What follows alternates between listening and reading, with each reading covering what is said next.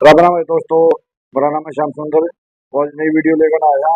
दुनिया में रूस इतना ताकतवर देश कैसे है, एक बार वीडियो देख ला भाई, उसके बाद फिर अपना देश सुन भाई।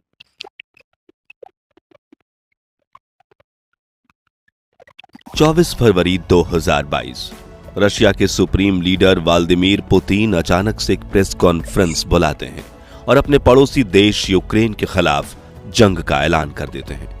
ये जानते हुए भी यूक्रेन नाटो का सदस्य बनने के प्रोसेस में लगा हुआ है और उसके पीछे अमेरिका और यूरोप जैसे महाशक्तिशाली देश भी खड़े हैं। तब तक कई विशेषज्ञों ने कहा था कि ये पुतिन की राजनीतिक करियर का सबसे बुरा फैसला है और रूस को इसकी बड़ी कीमत चुकानी होगी।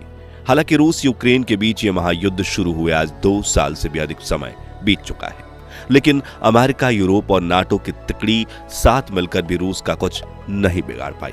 रूस की कमर तोड़ने की कोशिश में ना ही उनकी मिलिट्री ताकत काम आई और ना ही ग्लोबल लेवल पर लगे दर्जनों सेक्शंस की लंबी लिस्ट, क्योंकि दुनिया के सबसे शक्तिशाली देशों की 2024 की सूची में भी अमेरिका और चीन के बाद रूस ने तीसरे स्थान पर अपनी जगह बनाए रखी है।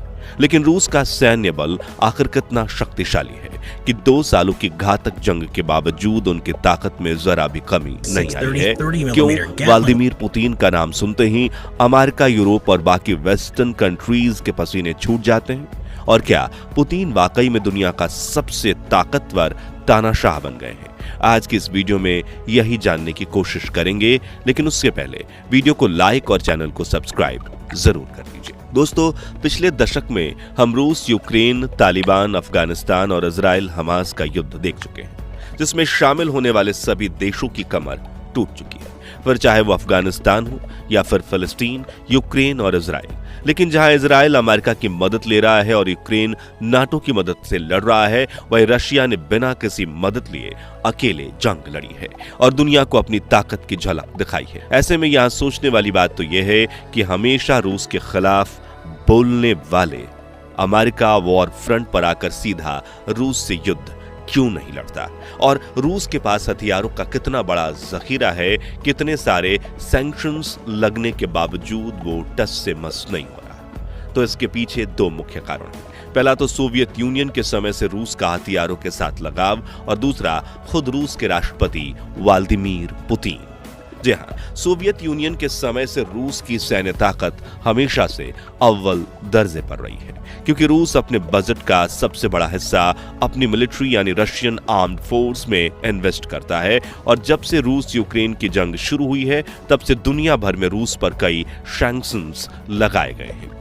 लेकिन रूस ने भारत, चीन और कई एशियाई और अफ्रीकन देशों के दम पर दुनिया भर में सैंक्शंस को बाईपास करते हुए अपनी इकोनॉमिक कंडीशन को संभाले रखा है, जिसकी बदौलत जहां जंग से पहले रूस 2015 से 2021 तक हर साल अपनी मिलिट्री पर 65 बिलियन US डॉलर्स खर्च करता था, वहीं 2022 से 2023 में उसने इस बजट को बढ़ाकर 100 बिलियन US डॉलर से भी ज्यादा कर दिया है। यानी एक तरफ जंग में हथियार इस्तेमाल हो रहे हैं, वहीं दूसरी तरफ वैज्ञानिक नए नए हथियार बनाए जा रहे हैं। इसी वजह से अमेरिका और नाटो भी रूस की मिलिट्री ताकत को कमजोर नहीं कर पाए हैं।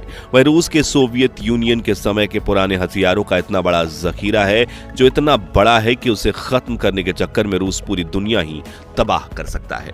और इस वक्त रूसी सेना इन्हीं पुराने हथियारों को अपग्रेड करके जंग में इस्तेमाल कर रही है। अब रूस के पास कितनी सैन्य और हथियार की ताकत है, वो जानने से पहले हमें समझना होगा कितने बड़े देश को चलाने वाले तानाशाह पुतिन के बारे में, जो इस वक्त दुनिया के सबसे पावरफुल और खतरनाक लीडर हैं। वैसे तो कागज पर पुतिन की पूरी संपत्ति 70 बिलियन डॉलर्स बताई जाती है, लेकिन कुछ एक्सपर्ट्स का मानना है कि पुतिन सीक्रेटली दुनिया के सबसे अमीर व्यक्ति हैं, जिनके पास 250 बिलियन डॉलर से भी अधिक संपत्ति है। पुतिन के पास अपने प्राइवेट 43 एयरप्लेन्स, 7,000 प्लस कार्स और 10 करोड़ का लग्जरियस मेंशन भी है, जहां हर चीज सोने की है, यहां तक कि टॉयलेट भी गोल्ड से बना हुआ है।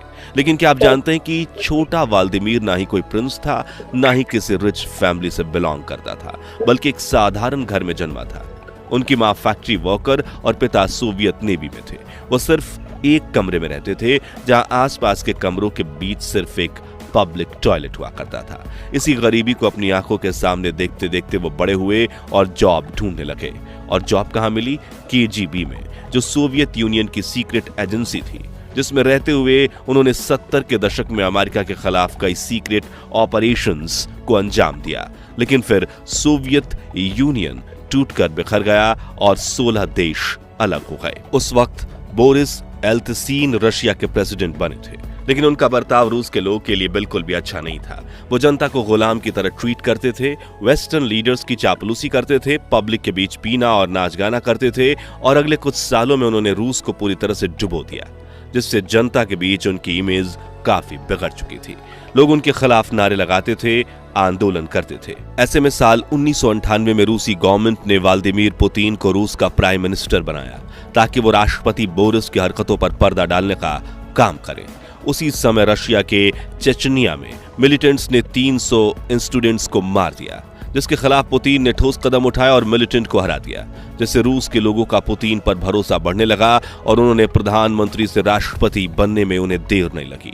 सन 2000 से 2008 तक पुतिन ने राष्ट्रपति की भूमिका निभाई, मगर कानूनी रूप से उस वक्त पुतिन सिर्फ 2 टर्म्स के लिए ही कंटिन्यू प्रेसिडेंट बन सकते थे। इसलिए उन्होंने 2008 से 2012 तक वाइस प्रेसिडेंट का पद संभाला और अपने ही असिस्टेंट को रूस का राष्ट्रपति बनाकर रखा, जिसके बाद 2012 में वो फिर से राष्ट्रपति की कुर्सी पर बैठ गए और आज तक नहीं हिले। पुतिन की ताकत का अंदाजा आप इसी बात से लगा सकते हैं कि रूस में आज तक जिसने भी पुतिन के खिलाफ आवाज उठाई है वो अचानक से गायब हो जाते हैं या किसी केस में जेल चले जाते हैं, फिर चाहे वो जर्नलिस्ट हो, फार्मा, केजीबी एजेंट्स हो या फिर पॉलिटिशियंस। पुतिन किसी को नहीं बख्शते और अपनी तानाशाही का भरपूर फायदा उठाकर अपने दुश्मनों को सीधा उठवा लेते हैं। अपनी इतनी बड़ी टर्म में व्लादिमीर पुतिन ने सबसे बड़ा काम किया है अपने सैन्य बल को ताकतवर बनाना। लेकिन अब सवाल यह है कि आखिर रूस कितना ताकतवर है। तो बता दें कि आज रूस के पास 11.5 लाख एक्टिव मिलिट्री पर्सनल है, जिसे सन 2030 तक बढ़ाकर 20 लाख तक ले जाने का टारगेट है। इसके अलावा रूस के पास 2 मिलियन रिजर्व मिलिट्री पर्सनल भी है। रशियन आर्म्ड फोर्सेस 3 भागों में बटी हुई है, ग्राउंड फोर्स, नेवी और एयर फोर्स। इसके अलावा 2 इंडिपेंडेंट आर्म्ड फोर्सेस भी हैं, स्ट्रेटेजिक रॉकेट फोर्सेस और एयरबर्न फोर्सेस। वहीं रूस ने 2013 में स्पेशल ऑपरेशन फोर्सेस भी एस्टैब्लिश की थी, जो इतनी घातक है कि कोई भी काम करने का कॉन्ट्रैक्ट मिलने के बाद उसे पूरा करके ही दम लेती है। सबसे पहले रशिया के ग्राउंड फोर्सेस के हथियारों के जखीरे पर नजर डालें तो रूस के पास दुनिया के सबसे ज्यादा यानी करीब 6000 न्यूक्लियर हथियार है, जो सिर्फ 10 मिनट में पूरी दुनिया तबाह करने की ताकत रखते हैं। इसके अलावा रूस के जमीनी हथियारों में फ्लीट में लाखों machine guns, snipers, missile launchers, hand grenades और बख्तरबंद गाड़ियां, ऑटोमेटिक कैनन शामिल हैं। वहीं रूसी मिलिट्री के पास हजारों जंगी टैंक्स मौजूद हैं, जिनमें 800 T-62 tanks, 5000 T-72 tanks, 3480 T-18 tanks और 600 T-90 टैंक्स शामिल हैं। इतना ही नहीं, रूस के पास यूरान 9 और यूरान 14 जैसे बड़े वाहन भी हैं, जिन्हें चलाने के लिए किसी इंसान की जरूरत नहीं, बल्कि रूसी सेना के अधिकारी से कंट्रोल रूम से बैठकर ऑपरेट कर सकते हैं या फिर टारगेट देकर ऑटोमेटिक चलने के लिए छोड़ सकते हैं, क्योंकि इनमें AI यानी आर्टिफिशियल इंटेलिजेंस इंटीग्रेट किया गया है। बात करें रूसी नेवी की तो इस वक्त रशिया के पास 1,60,000 एक्टिव नेवी ऑफिसर्स के साथ 307 जंगी जहाज हैं। साथ ही रूसी नेवी के बेड़े में 5 destroyer, 11 frigate, 85 corvette, 64 submarine, 55 petrol vehicles और 48 माइन वॉरफेयर शिप मौजूद हैं। मगर ये तो सिर्फ एक झलक है, क्योंकि रूस के नेवी फ्लीट के जिन 2 चीजों में से अमेरिका भी खौफ खाता है, उसमें पहला है एडमिरल कुज्नेत्सोव एयरक्राफ्ट कैरियर, जिसका वजन लगभग 40,000 टन है और यह एक बार में 40 प्लेन्स को लेकर जाने की क्षमता रखता है। वहीं दूसरे स्थान पर है सबमरीन्स। जी हां, रूस के पास दुनिया की सबसे बड़ी सबमरीन फ्लीट मौजूद है, जिसमें 3 Akula class nuclear submarine, 22 advance class assault submarine और 12 बैलिस्टिक सबमरीन हैं, जिनमें रूस ने न्यूक्लियर टॉर्पीडो पहले से ही लोड करके रखे हैं। तो जरूरत पड़ने पर रूसी सबमरीन कभी भी इन्हें फायर कर सकती है और अगर पुतिन बाबू ने गुस्से में इसका इस्तेमाल कर दिया तो वो अपने दुश्मनों के साथ खुद को, पूरी दुनिया को भी ले डूबेंगे। इसलिए रूस की नेवी फ्लीट को दुनिया की सबसे घातक नेवी का दर्जा मिला हुआ है।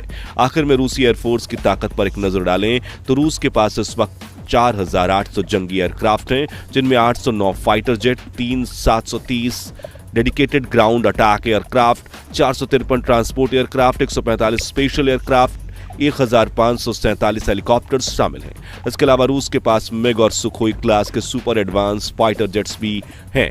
इसके अलावा रूस के पास आर्टिफिशियल तकनीक से लैस विमान हैं, जिनके जरिए रूसी सेना हवाओं को चीरते हुए दुश्मन देश में घुस सकती है और आसमान से गोला बारूद की ऐसी बारिश कर सकती है जो मिनटों में पूरे इलाके को तबाह कर दे।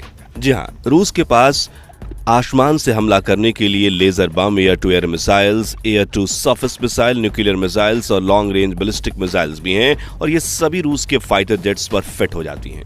यानी कुल मिलाकर रूस की एयरफोर्स का मुकाबला करना किसी विदेशी एयरफोर्स के लिए टेढ़ी खीर साबित हो सकता है। तो दोस्तों, आप समझ ही गए होंगे कि आखिर क्यों अमेरिका, यूरोप और नाटो भी व्लादिमीर पुतिन और उनके देश रूस के नाम से खौफ खाते हैं। तो क्या वाकई में पुतिन दुनिया का सबसे अमीर और ताकतवर ग्लोबल लीडर हैं या ज्यादा ताकतवर भी कोई है? इस बारे में अपनी राय कमेंट्स में बताइए। अगर ये वीडियो अच्छा लगा हो तो इसे लाइक और शेयर करके हमें सपोर्ट करें और ऐसी दिलचस्प खबरों के लिए इस चैनल को सब्सक्राइब करके पास वाली घंटी जरूर बजा दीजिए। तो दोस्तों, धन्यवाद। कैसी लगी वीडियो भाई? वीडियो जो है बहुत बढ़िया, एक नंबर की वीडियो बना रखी है भाई। रूस तो कदे का है, मतलब ताकतवर है। या मतलब छोटे थे जब भी, मतलब सोवियत यूनियन मतलब उसमें था, जब पैदा हुए भाई, तो ये 16 देश है, ये अलग अलग हो गए।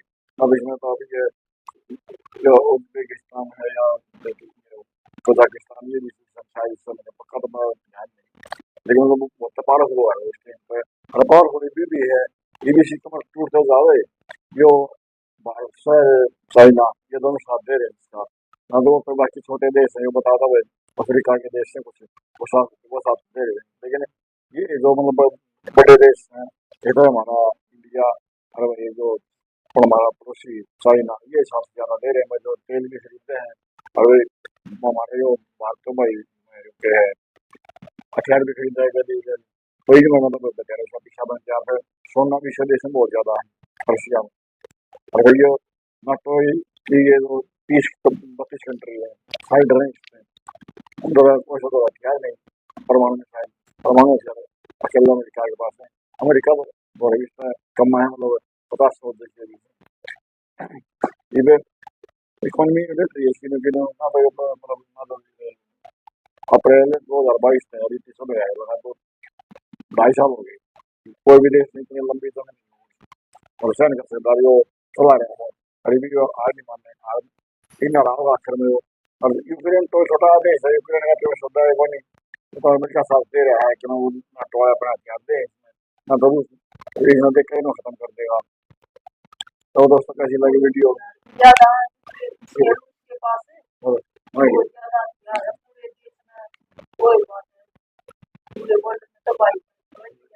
क्या लगा जिसने भी इसका जीवा कर दिया ना, बना सही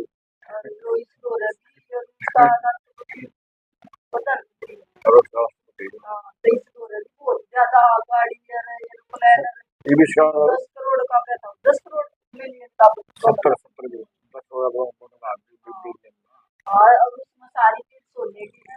ये भी वगैरह भी वो भी सोने की गोल्ड के हर एक चीज इस दिन तो पहले जब 45 बिलियन का डॉलर का बजट है, और ये 100 बिलियन का कर दिया है अकेला। 70 बिलियन की राशि पे इस अकेले पे प्रॉपर्टी इसके द्वारा तो बंद इतने प्लस किसी रास्ते पर डॉलर नहीं पाओगे, तो वो